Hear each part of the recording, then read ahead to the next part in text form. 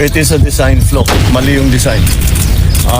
Ang history kasi nito, dapat ang Marcos ipinangako, administrasyon naman ni dati Pangulong Ramos ng aprubahan at sa ating pong panunungkulan nasimulan na o masisimulan na. Going na ang construction, dito raw tayo tutungtong sa Kabagan.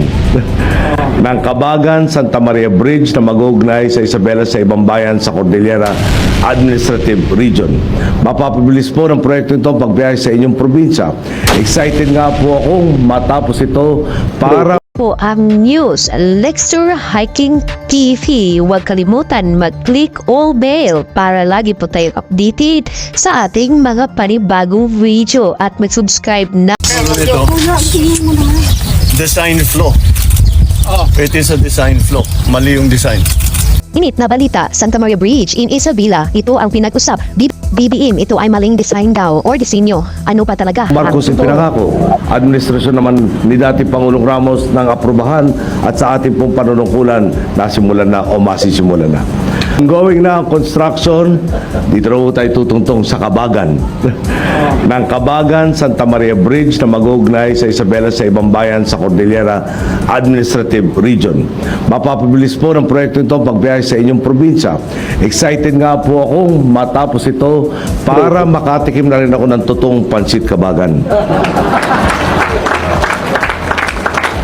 Nung kampanya po kasi, excuse me lang po, medyo nakadalaw tayo sa Kabagan at siguro sa linggo. Ito, design flaw. It is a design flaw. Mali yung design. Ang history kasi nito, dapat ang funding nito was supposed to be, ang project cost nito is 1.8 billion. So binawasan to under 1 billion para makamura. Ayan, pinayos ngayon, ginawa ngayon yung detailed design. Si Marcos, sabi ng BBM, Design ito ay maling is really weak. Dahil kung tutusin ninyo, this is supposed to be a suspension bridge. Nakasabit. Ano kaya? Nakaganyan yung arko na ganyan. Tapos yung bridge, suportado ng kable. Ito lang ang suspension bridge na nakita ko sa buong mundo na hindi kable. At yan na mismo ang bumigay. Ayan. Diyan bumigay yung bakal. Kung kable yan, hindi dapat bumigay yan. Tapos yung pag-anchor nung support, tignan ninyo, doon lang sa baba. Dapat sa taas yan, hanggang sa taas. Para hanggang sa taas, para yung buong ito, ang nagsusupport sa kanya, yan ha, yung bakal na nakikita ninyo at saka yung simento. Yan lang ang nagsusupport doon sa buong tulay. So mahina talaga ang design dito. Hindi natin kailangan malaking nung una pa nga ang ginagawa ito kasi naging umabot 900 million nata yung original na budget, umabot ng 1.2 dahil nag-refit. Bakit nag-refit? Nung nagko-construction pa lang may nakita na gumagalaw na mahina, kaya kailangan balikan at refit. So the whole process is okay naman yung construction, yung contractor sinundan naman ang plano. By the book naman yung kanyang ginawa, up to specifications yung kanilang ginawa. Yun lang, yung specifications mali. Alam mo ba na bago maganap ang pagbagsak ng tulay sa Kabagan, Isabela, ay nakunan pala ito sa dashcam ng dump truck. Tara panoorin natin kung paano ito nangyari.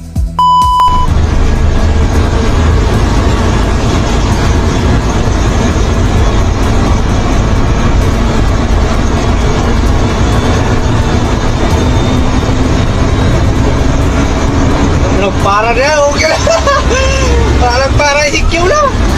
Kung makikita natin, talaga namang napakaganda ng disenyo ng tulay na ito dahil ma-appreciate mo talaga ang ganda ng mga ilaw nito kapag gabi kang dadaan dito. Kaya pala itong tinaguriang iconic bridge sa Isabela kasi nga wala kang masabi sa kanyang design. Kung papansinin ninyo, medyo malaki ata yung arko ng tulay. At yung mga bakal na humahawak sa tulay papunta sa arko ay parang manipis lang. Kaya siguro hindi niya kinaya ang bigat ng isang truck.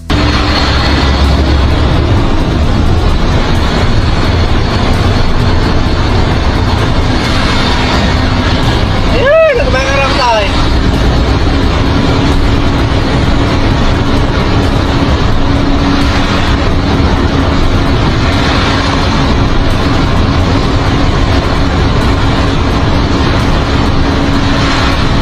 Talagang makikita mo naman, nakakaiba talaga ang design ng tulay na ito. Pabago-bago pa ng kulay, na talaga namang maaaliw ka sa pagdaan mo dito.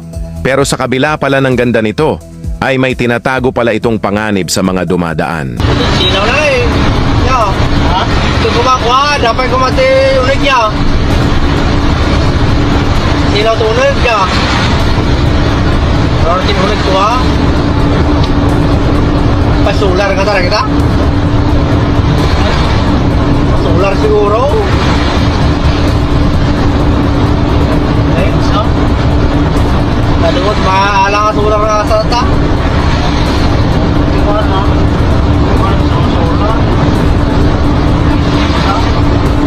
Hindi ka na.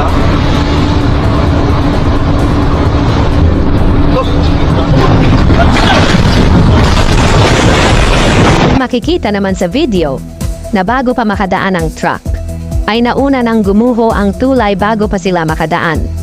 Kung talagang mabigat ang truck, sana sa una pa lang ng isang span ng tulay ay bumigay na ito. Ano sa tingin ninyo sa tulay na ito? Sa halagang umabot na sa 1.2 bilyon na pondo, ay bumigay pa ito dahil lang sa isang truck na may kargang bato. Dahil ayon sa DPWH, nasa 45 tons lamang daw ang maximum capacity nito, at ang dumaan daw na truck ay nasa mahigit 100 tonelada daw ito, kaya ang nakikita nilang dahilan ng pagbagsak ay ang overloading. Pero naisip mo na din ba, na sa napakalaking nagastos sa tulay na ito, bakit hindi na lang mas ginawang matibay para naman